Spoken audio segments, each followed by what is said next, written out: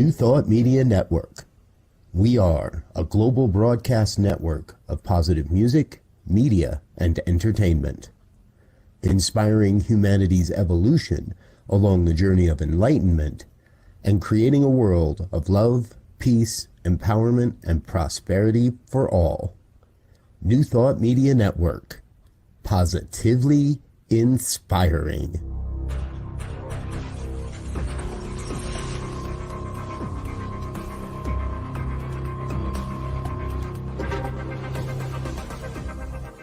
Live from a secure concrete bunker somewhere in Ohio, New Thought Media Network presents Pastor Michael Mangus with Friday's Fireside Chat, spiritual conversation for today.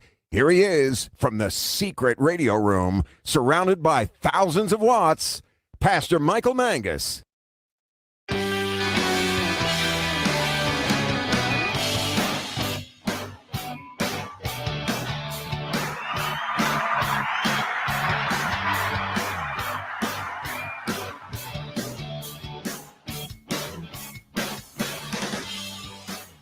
Well, it's good to see everyone this evening from across the United States and around the world. It is time once again for another fun-filled, thrill-packed, and guaranteed, always exciting edition of the Fireside Chat here on the New Thought Media Network. I am Pastor Michael Mangus. I am broadcasting this evening from the super secret radio room, surrounded by thousands, and I mean thousands of watts, in the secure concrete bunker somewhere around Akron, Ohio, and only two people know. The first one is my producer, Diego, and the second one is the Reverend Dr. Charlette Manning, who will be our guest this evening. So only those two people. Now, Robert has sent private investigators. He has sent the radio tracking equipment up and down the streets trying to find me in my super secret radio room. And he has yet to find me in my super secret, very, very secure concrete bunker. And I'm not going to tell him either. Hey, listen, we have a great show for you tonight. If you could please comment on either Facebook, or if you have access to StreamYard, please, we would love to have your comments this evening. And again, for all of the shy people out there, we know you're out there. Please go to pastormichaelmangus@gmail.com, pastormichaelmangus@gmail.com. And after the show, during the week, I usually read those emails. And again, thank you so very much for communicating with me. We really appreciate that. So the purpose of our fireside chat here, as I say each and every week, is to have that loving conversation about contemporary issues from a new thought perspective. And again, I keep saying this over and over again. I want us all to have a new thought about what is going on around us, not only here in the United States, but also globally. And again, you don't have to agree with me here. Now, Diego, again, he plays the disclaimer weekly. He likes doing that. And we play it mostly for comedic value. But there's a serious part of that too.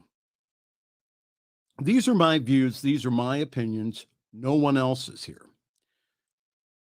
And I want us all to deeply think about what is going on in the world, and because of this concept that we call oneness, what is our part to bringing about, again, a world that works for everyone? So my special guest this evening is the most requested one that our viewers ask for. They're always bugging me saying, when are you going to have Dr. Charlette back on your show? Well, tonight is one of those nights. best-selling Amazon author, lecturer, and minister. More importantly, my good friend, the Reverend Dr. Charlette Manning from Washington, D.C., will be on during the second half of our program this evening. Dr. Manning will soon premiere her new program here on the New Thought Media Network on Sunday evenings called the Sunday Evening Masterclass. And again, we'll be hearing from my good friend, Reverend Dr. Charlette Manning, in the second half of our program.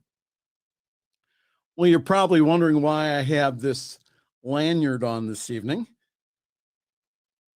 This week, I had the privilege of being on the announce team for the 83rd running of the All-American Soapbox Derby. Let me show you my badge here as I palm my microphone. There you go. You have to have your badge to get up to the third floor of the bridge. But I was track announcing this week. That was fun. From Wikipedia, in 1933, Myron Scott, a photographer for Dayton, Ohio newspaper, the Dayton Daily News, he saw Robert A. Gravitt and friends racing down a hill in Dayton, Ohio, and put together an impromptu race for 19 boys. There was so much interest that Scott arranged a bigger race with prize money on August 19th that year. An amazing crowd of 362 kids showed up with homemade cars built of orange crates, sheet tin, wagons, and baby buggy wheels. How about that? The following year, the first All-American race was held on August 19th, 1934. The first winner was Robert Turner of Muncie, Indiana, who made his car from the wood of a saloon bar. How about that? In 1935, the race moved from Dayton to Akron because of its central location and hilly terrain. An accident in 1935 captured the public interest and boosted the event's profile. Get this. And this happened not at Derby Downs. This happened on a road that I quite frequent. It's called Talmadge Avenue. And Talmadge Avenue has this huge hill. They have a series of hills going down. And a car went off the track and struck NBC's top commentator and sportscaster Graham McNamee while he was broadcasting live on the air, despite a concussion and other injuries, which resulted in a 2-week hospital stay. McNamee described the collision to his listeners and finished the broadcast. You're taught that in broadcasting school. The show must go on. Anyhow, in 1936, Akron civic leaders recognized the need for a permanent safe track site for the Youth Racing Classic, and it was through the efforts of the WPA, the Works Progress Administration, Derby Downs became a reality. During the All-American Soapbox Derby's heyday of the 1950s and 60s, when Chevrolet was a sponsor, and they had famous TV and movie stars make guest appearances, and as many as 70,000 people gathered in August to eat snow cones and cheer hundreds of youthful racer builders. Boys only in the early years. Sorry about that. The girls came a little later, ages 11 through 15, who were champions of local races from across the nation and also several foreign countries. And at its peak, the Derby was one of the top 5 sporting events in terms of attendance. Not today, though. It says John DeLorean, remember that name? John DeLorean. He ended the 35-year Chevrolet sponsorship in 1972, claiming that the Derby was outdated and too expensive to hold. And starting in 1993, the All-American Soapbox Derby began the Rally World Championship. And the Rally Derby is a Grand Prix style of racing in which each district sends back a number of champions based on the number of races and races in each district. And today there are broader categories that extend the age range to younger racers and permits adults to assist in construction. These young people are from ages 7 through 20. These kids are amazing racers coming down that track. Anyhow, there's 3 classes that they usually race. It's stock, that's for the younger kids, super stock, which is a more advanced construction, and then they have what's called the Masters Division. Anyhow, this is especially helpful for younger children who cannot use power tools, as well as to provide an outlet for an adults. Again, best wishes to all the champs and their families in town for the 83rd running of the greatest amateur racing event in all the world, the All-American Soapbox Derby, to be held tomorrow at the historic and much improved Derby Downs. For more information, please go to soapboxderby.org, soapboxderby.org.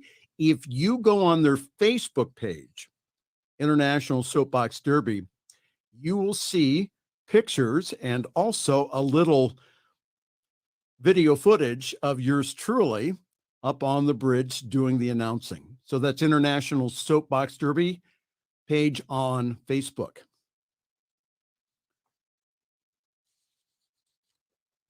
We get into the news this evening, and probably this is the last time that we'll be mentioning this story, but the agonizing wait for the families of the presumed last missing Surfside victims continue. Authorities have identified 97 victims in the Surfside condo building collapse, including 96 who were recovered from the collapse site and one who died in the hospital, Miami-Dade County officials said on Wednesday. Officials say that they believe that one victim is not yet identified. A news release says that 97 missing person reports were opened with local police. Now, nearly a month since the Champlain Towers South partially collapsed, the site is now mostly cleared. If you go on CNN and other news sites, you'll see that. And the debris has been relocated to a different site. Miami-Dade County Mayor Daniela Cava said in a statement. On Saturday, it will be 1 month since the condo collapse, and the families of Estelle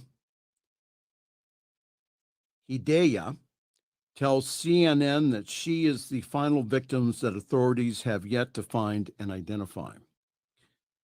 The tough part is seeing my parents like this day after day, her brother said. I just want my sister to be at peace and get the honor and respect that she deserves. So this family has no closure yet. And one of the reasons why they've taken all the materials to another site is for forensic examination by engineers, so that something like this does not happen again. Again, authorities have identified 97 victims, including 96 who were recovered by and from the collapse site, and one who died in the hospital.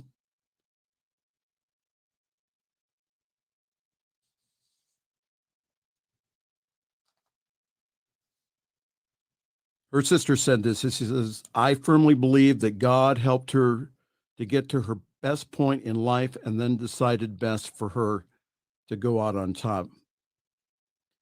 My one regret is that I never told her how much I respected her and how much I admired how she kept improving no matter what life threw at her. I just never thought that there would be a day I would be here and she wouldn't. Again, our thoughts and prayers are with the families and friends who have lost loved ones. And from the state of Ohio, we saw the return last week of the Ohio Search and Rescue #1 squad, who was the same squad that was sent to the World Trade Center 20 years ago. Again, our prayers for peace and comfort are with the survivors, families, and also the first responders. Everyone gets affected. Everyone gets affected. Families, friends, and the first responders. Again, like I've said, if there's anything that we can do here at the New Thought Media Network, again, please contact us at info@ntmedia.org or prayer@ntmedia.org. We are here for you, and we are here for you even after all the relatives are gone.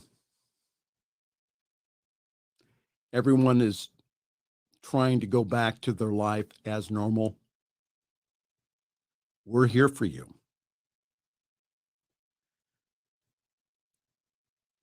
The Tokyo Olympics open this week in Japan. Are you going to watch it? I know people in my house like to watch the Olympics, so it'll be interesting to see what they watch. This story kind of interested me, though. It says the Olympic greats call on the IOC to allow podium protests, and they had a very iconic picture of the 1968 Olympic medalist Tommy Smith and John Carlos, pictured with their fist raised in the Black Power salute. These are among individuals who have signed a letter to the International Olympic Committee to allow athletes the fundamental human right to protest, including at the podium.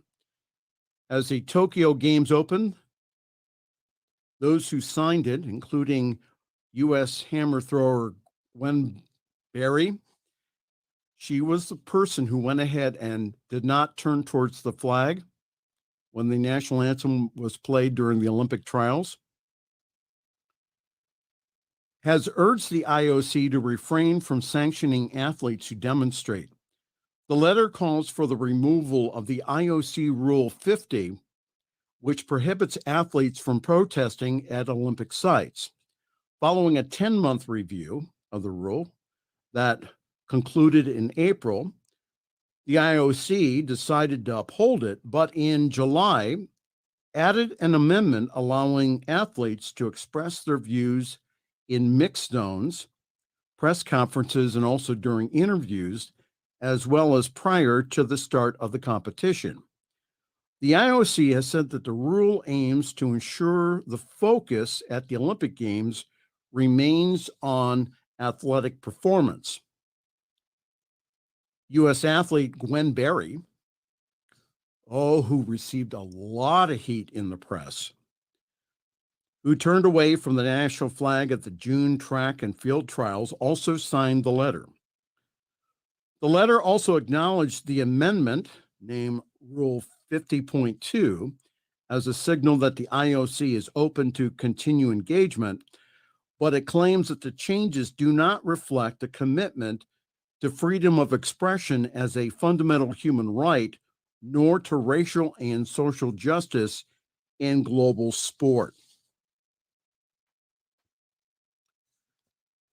Berry, who is slated to begin her Olympic competition on July 31st, tweeted in her support of the petition on Thursday, saying that we need to take a stand. Speaking to the Guardian newspaper in the UK on Thursday, British sprinter Deanna Asher-Smith also called on the IOC to remove the ban, saying that protesting and expressing yourself is also a fundamental right. Responding to the letter in a statement on Friday, the IOC reiterated its position and says it has worked with 3,500 athletes to design the current amended rules. Rule 50.2 provides a framework to protect the neutrality of sport and the Olympic Games, a spokesperson said in a statement. While asking for more opportunities for athletic expression during the Olympic Games, global athletes representing and expressing their support for keeping the podium, the field of play, and the ceremonies free from any form of protest. So what do you think? What do you think about all of this? Should athletes be able to protest by not facing the flag of their country while their national anthem is played? All right, so I'm going to give a view and opinion here. These nonviolent protests, I believe, should be allowed because it brings up the fact that all is not well in their country. And all of you who get upset when athletes don't stand or face the flag of their country, like NFL player Colin Kaepernick and also U.S. athlete Gwen Berry, my question is this: what are you doing? What are you doing to solve the many social issues that plague many people with black and brown skin? What are you doing? Yes, these protests are open displaying that all is not well here in the United States. And yes, there are many great benefits to living here. For example, we have the freedom to protest peacefully and also the freedom to worship God or even not in any way that we wish, as long as it doesn't violate the rights of other people. Why do you think that so many people are trying to get to this country, the United States? I know that we're broadcast globally, but I'm talking about my country here. Why do you think that so many are trying to get here and immigrate here, either legally or illegally? My question is this: are we willing as a country to finally heal racism in all of its forms? Are we really truly willing in this land of the free and home of the brave to let everyone be truly free, no matter what their sex, creed, color, or sexual orientation is? How do you want people to show their dissatisfaction? You want violently, or do you want it non-violently? And again, the individuals that went ahead and complained about the Black Lives Matter protest last summer are also the ones who also complained about Colin Kaepernick when he took a knee during the national anthem, a non-violent protest. Also, for the record here, the vandalism from last summer was caused by a small group of anarchists who were white, or mostly white.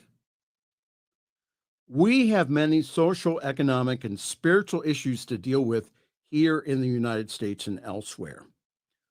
When are we going to start addressing the issues that have prompted these protests in the first place? Something to think about here. Well, hello there. Good evening. Welcome. This is a Friday evening fireside chat here on the New Thought Media Network. Pastor Michael Mangus with you. One story that I wanted to get to tonight, and I mentioned this earlier to the Reverend Dr. Charlette Manning. I saw this on CBS News, and it was one, I'm eating my breakfast, okay? And this is one that you go ahead and you read it and you want to spit out your cornflakes. COVID patient in Louisiana says that he'd opt for hospitalization again over the vaccine. If you don't believe this story, go on the CBS News website and read this. I'm going to read portions of it, though. It says a growing number of Republicans are encouraging Americans to get vaccinated despite misinformation spread by right-wing commentators. Louisiana Congressman Steve Scalise, who is the number 2 House Republican, announced yesterday that he has received his first Pfizer shot, telling NOLA or NOLA.com that the vaccines are safe and effective. Louisiana's private hospital, Our Lady of the Lake Medical Center in Baton Rouge, Louisiana, has more COVID patients right now than any other hospital in the state. They've admitted 23 patients in 24 hours over the weekend and filled up an entire floor on the hospital with just those patients. So CBS News did this. They sent their national lead correspondent, David Begnault, and he was given access to this ward. Paula Johnson told Begnault, he says, I honest to God thought I was walking my last day on earth. I could not breathe. I just, all of a sudden, my lungs did not work. I never had a lung problem. I don't smoke, none of that. And it took my lungs and just, I don't even know how to explain it. It's like trying to breathe in and hitting a wall like in a second. Now get this. Paula Johnson is a pharmaceutical researcher who put off getting the vaccine, and now she wants it. She said this. She says, I say, get the vaccine, take the chance. It can't hurt. All it can do is alleviate some of the symptoms. Even if it doesn't keep you from getting it, it will at least keep you from dying. Roughly 1 in 3 individuals in the state of Louisiana are fully vaccinated. And this week, the state's health department reported the highest number of COVID-19 hospitalizations since late February. Scott Rowe is one of this. Now, on CBS News, they had a picture of Mr. Rowe, who is in his hospital bed, hooked up to oxygen tubes going in his nose. And he's saying this. Here I am recovering, getting out of here finally tomorrow. Am I going to get a vaccine? No, said Rowe, because he says there's too many issues with these vaccines. This father, former baseball coach, small business owner, and hunter caught COVID and then developed pneumonia. Before you got sick, CBS reporter Begnault asked Rowe, if you would have had a chance to get the vaccine and prevent this, would you have taken the vaccine? This is what he said. He said, no. I would have gone through this. Yes, sir. Don't shove it down my throat. That's what local, state, federal administration is trying to do. It's trying to shove it down your throat. So the CBS reporter was nice. He said, well, what are they shoving? The science? No, they're shoving the fact that it's their agenda, Rose said. Their agenda is to get you vaccinated. Well, do you know who Mr. Scalise is? The CBS reporter asked.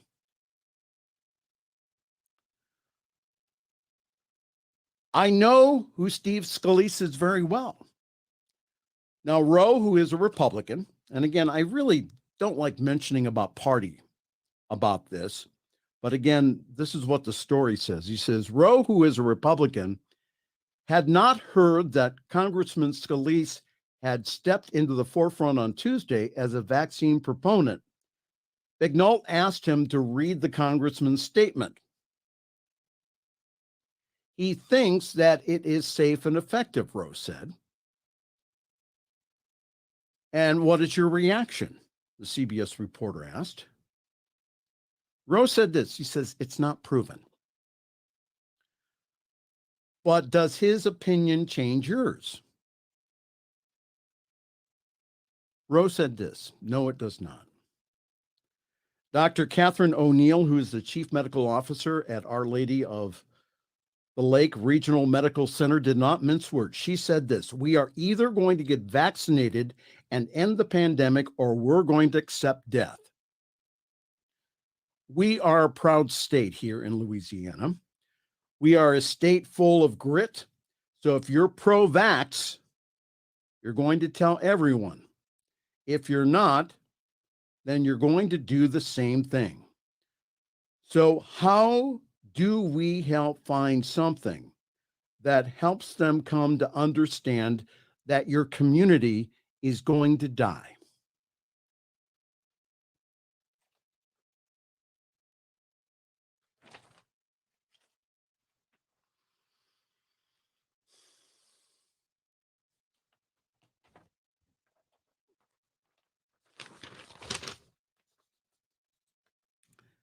All right, I've said this over and over again. I'm supporting you to get vaccinated. I'm not telling you.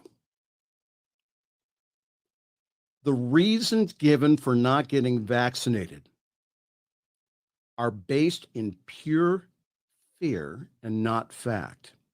And as Gayle King said this morning during CBS This Morning, getting vaccinated is a personal choice. However, your choice of not getting vaccinated could get a lot of people killed because you will infect the people that you love around you. My question to you is this what love does?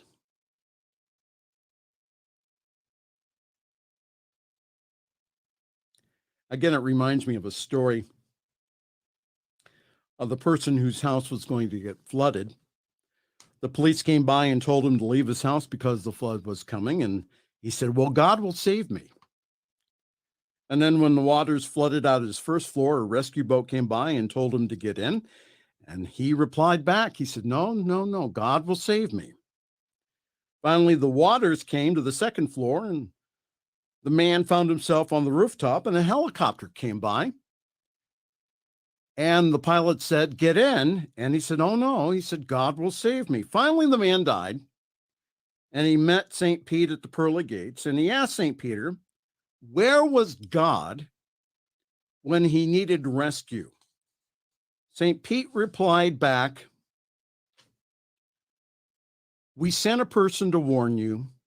We sent a boat to rescue you and a helicopter to get you off the rooftop. And you ignored all of them. The vaccine has been proven safe and effective. I have read the science. They had trials even before the emergency declaration was given to allow the vaccines to the public. The technology, this mRNA technology, they've been working on for 10 years. For a time like this. The only thing missing here is the final approval of the FDA, which, from the news reports, will be given to the Pfizer vaccine by the end of the year. Now, who is getting infected? I'm waiting. Who is getting infected here? And if you said the unvaccinated, you are right.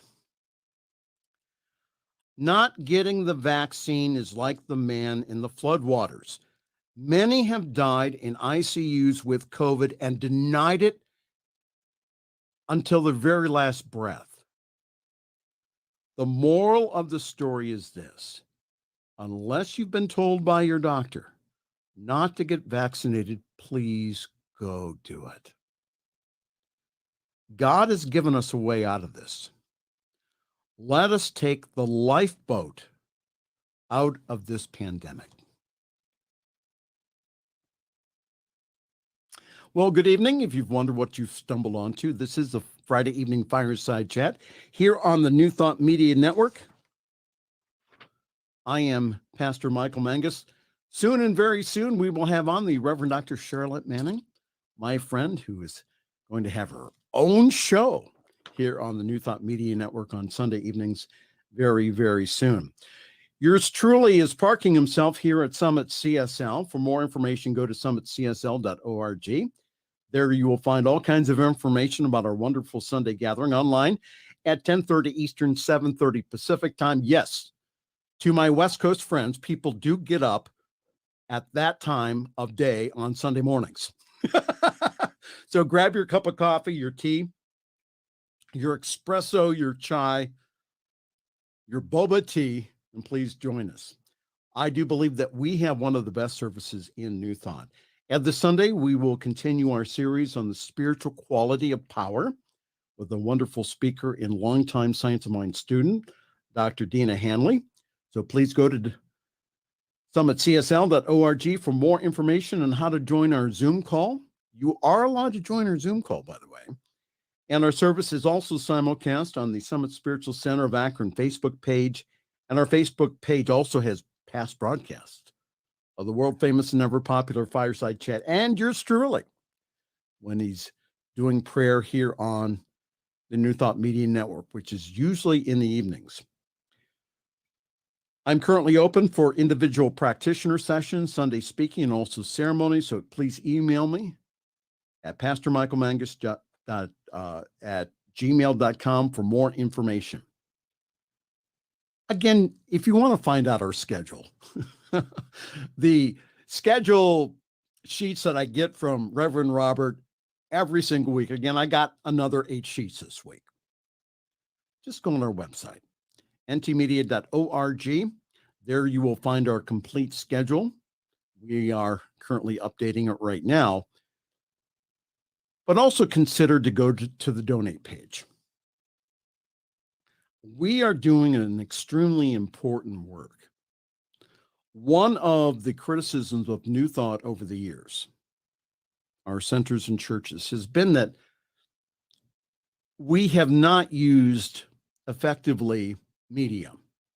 Here we have the opportunity here through the gift of technology to take this powerful message to the world. And we can do that. So we ask for your help here. When you give, you get that double blessing, that blessing of giving and also that blessing of knowing that you affect individuals through this life-changing teaching. So go on ntmedia.org/donate, find out more. Again, this is exciting. Of all the things that we're doing here, again, to really affect the world. So thank you for your support. We'll be right back with the Reverend Dr. Charlette Manning. You are watching the Friday evening Fireside Chat here on the New Thought Media Network. New Thought Media Network is on the rise. We're looking to grow with you. Do you have technical media experience or perhaps a desire to learn? Are you willing to volunteer your precious time and attention? We share this message to benefit all. If you possess a computer with a camera and a microphone, we will share our knowledge with you. Behind the scenes or being the star, let us bless our one. Contact us at info@ntmedia.org.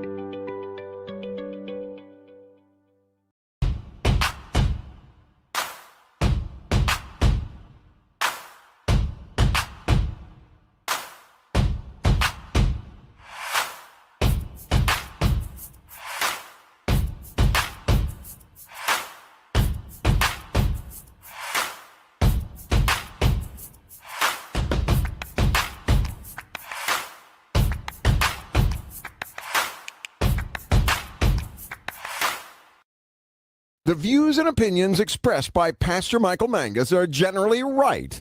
However, they are his own and do not reflect the views and opinions of New Thought Media Network, Centers for Spiritual Living, or any other person living or dead. As they say in the 12-Step Recovery Program, take what you like and leave the rest. Here again is Pastor Michael.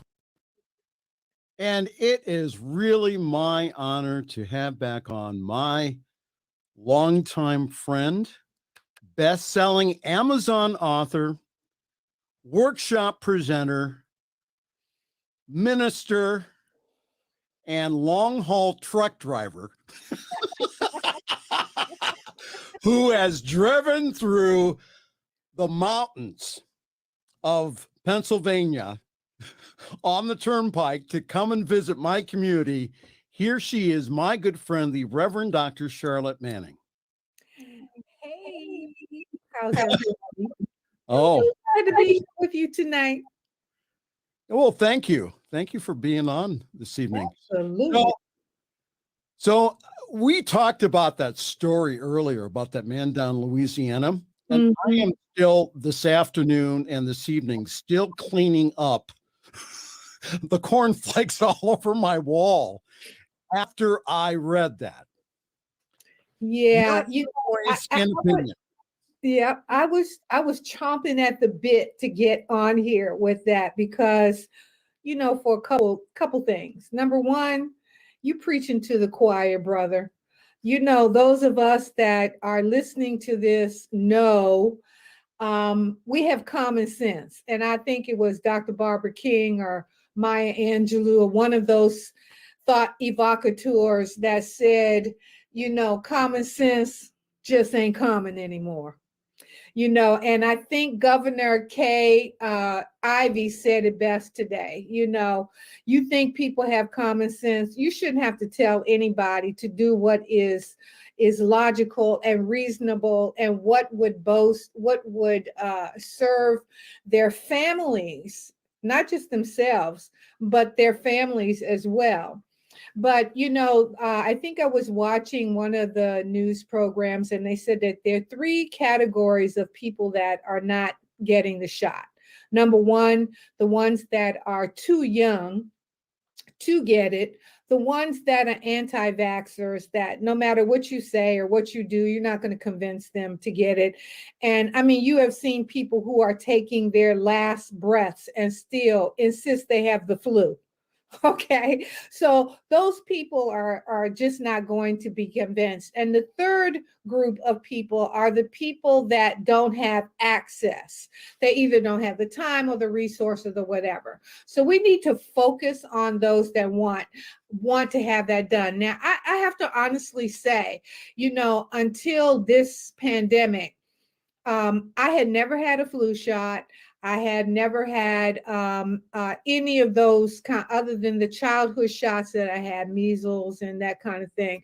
I hadn't had any of those vaccines, but I'm 70 years old now. So I don't have the constitution of a 20 or 30 or recovery ability as a 20 or 30 or even a 40-year-old. However, what I do know is I do have common sense. And common sense tells me, and this started in the beginning of this whole experience. People were walking out in the street. I walk every morning and I would see families on the street with not wearing a mask and all this other stuff. I mean, a husband and a wife and 2 children walking along the street without a mask or any of this other stuff. And I thought to myself, they got to be out of their damn mind, excuse me. But I said, they must be crazy. And then don't bleep that. Yeah. Don't bleep that. Thank you. And then I said to myself, no, it's not.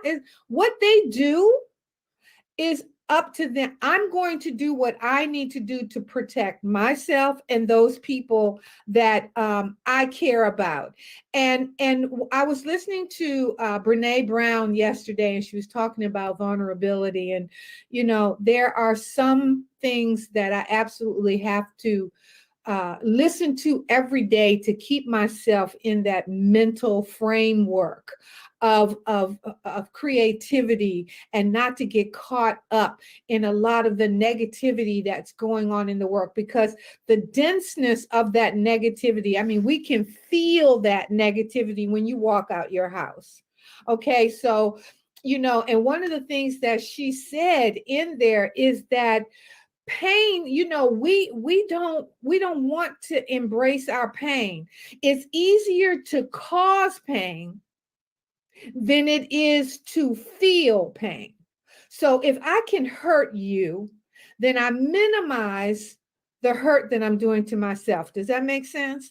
So when we're going through all of these things, you need someone to either validate or invalidate what it is you think or you feel. I know a lot of young people that say, I'm not getting that shot and all of that. I'm not going to waste my time or my energy. It's like when you are arguing about religion to people, and Catholics believe they the ones, and the AMEs believe they're the ones, and the Baptists think they the one. There's only one power and one force in the universe. And I don't care if you call it God, if you call it Buddha, Krishna, Yahweh, Mickey Mouse. It doesn't matter. Donald Duck too. You forgot Donald Duck. Well, look, Jimmy the Cricket. You know, Jimmy the Cricket was a wise little cricket, and he said, "When you wish upon a star, makes no difference who you are. Everything your heart desires will come to you." Now, think about that for a moment. That's how powerful your thinking is. Now, when you want to think from a negative force, guess what? You're sucking in that darkness, and that darkness has to find some place to reside in your body. So I'm gonna waste my time and my energy on trying to convince somebody who is only going to tick me off. And I don't want to say the word tick, but I don't want you to have to bleep me 2 times in one show. Thank you. Okay, but it is. Why waste your time? Be the example. Jesus said, don't brag about my work. Don't go out telling people about the miracles I'm doing, and all. Let my work be an example of who I am. I had someone stop me and say, you know, you don't have to wear a mask in here. I said, you're not wearing a mask because that's your choice. I'm wearing one because that's my choice. And I've had my vaccine, but I don't know who's vaccinated and who isn't. I'm protecting this 70-year-old body who I intend to keep for 30 more years walking this planet. And so I need to do those things that uplift me. So I'm not going to go out and cause pain to other people. And I'm not going to engage in a futile discussion with people that are just, they're not into it. If you wonder what you stumbled onto this evening, this is a Friday evening fireside chat here on the New Thought Media Network. Pastor Michael Mangus with my good friend and best-selling Amazon author, that is the Reverend Dr. Charlette Manning. I just want to, with that, you got to face the product here. Show it again. Show the product again. There you go. Forgive. And she's writing another book too. I wanted to clear up something though, and it just, the reason again that I spit my cornflakes out, and the reason I mention it is because that yes, I may be preaching to the choir, but there's some choir members that and you're right, as far as, you know, they're just not going to you know, just because I say it, but I want it out there that, especially among spiritual people, I have noticed this too. I've had people come up to me and say, well, we're not doing the politically correct thing. We're not getting vaccinated. Okay.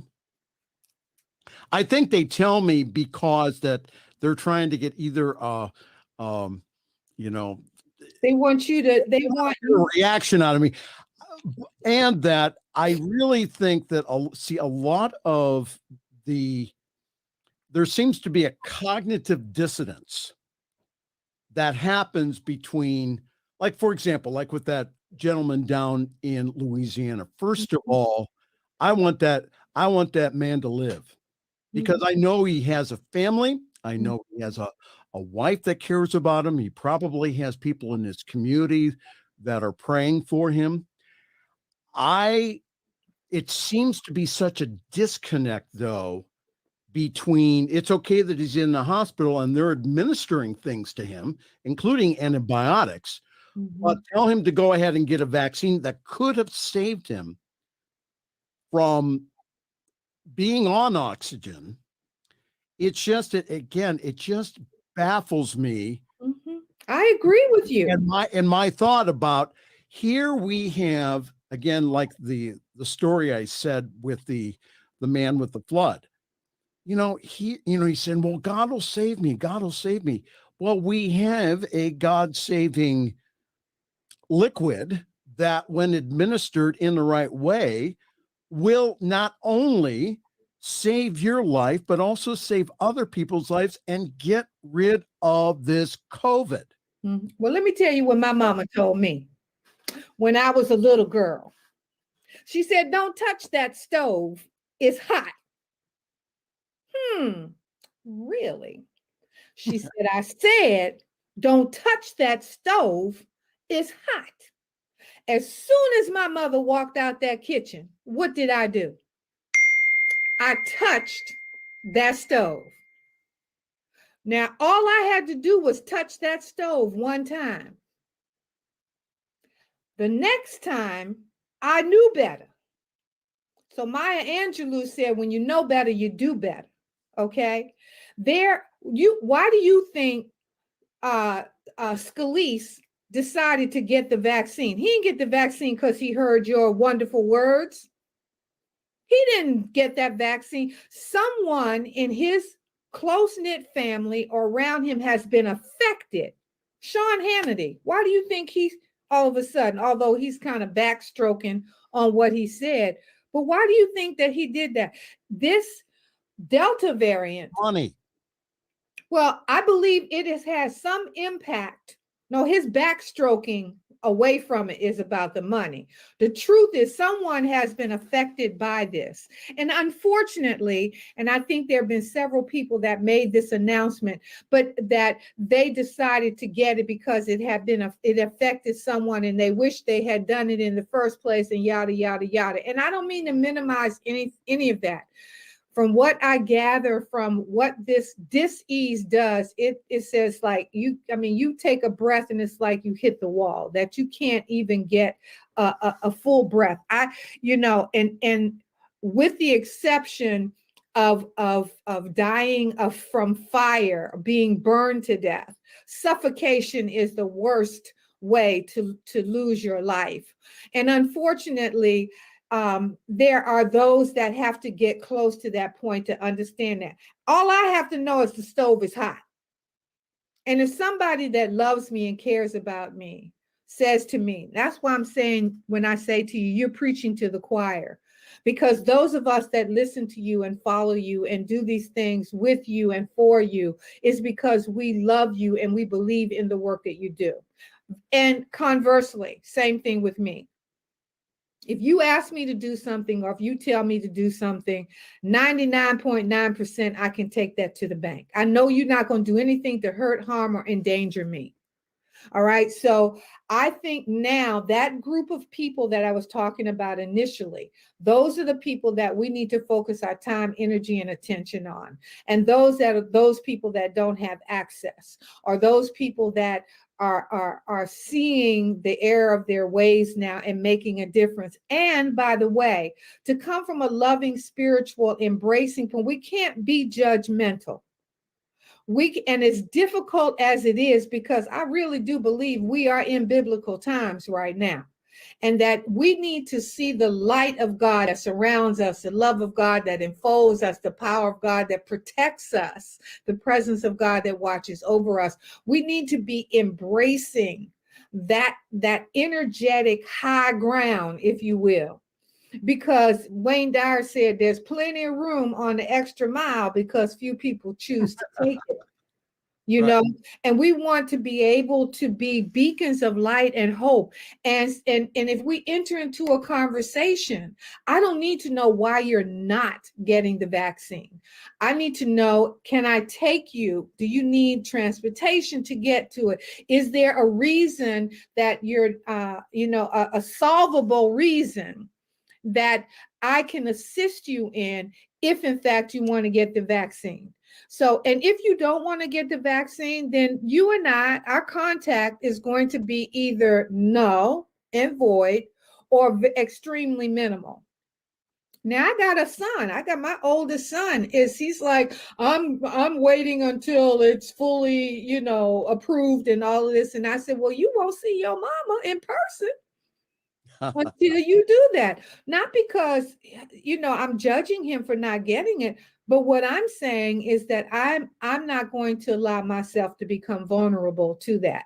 So the NFL, I think, made a really great statement today, because the NFL said, okay, you know what? You don't have to get vaccinated if you don't want to, but guess what? If you test positive, you're going to either forfeit the game, you're going to have to pay a fine. So there are consequences to your actions. And I think that is the better way to go. Then that removes the judgment from us.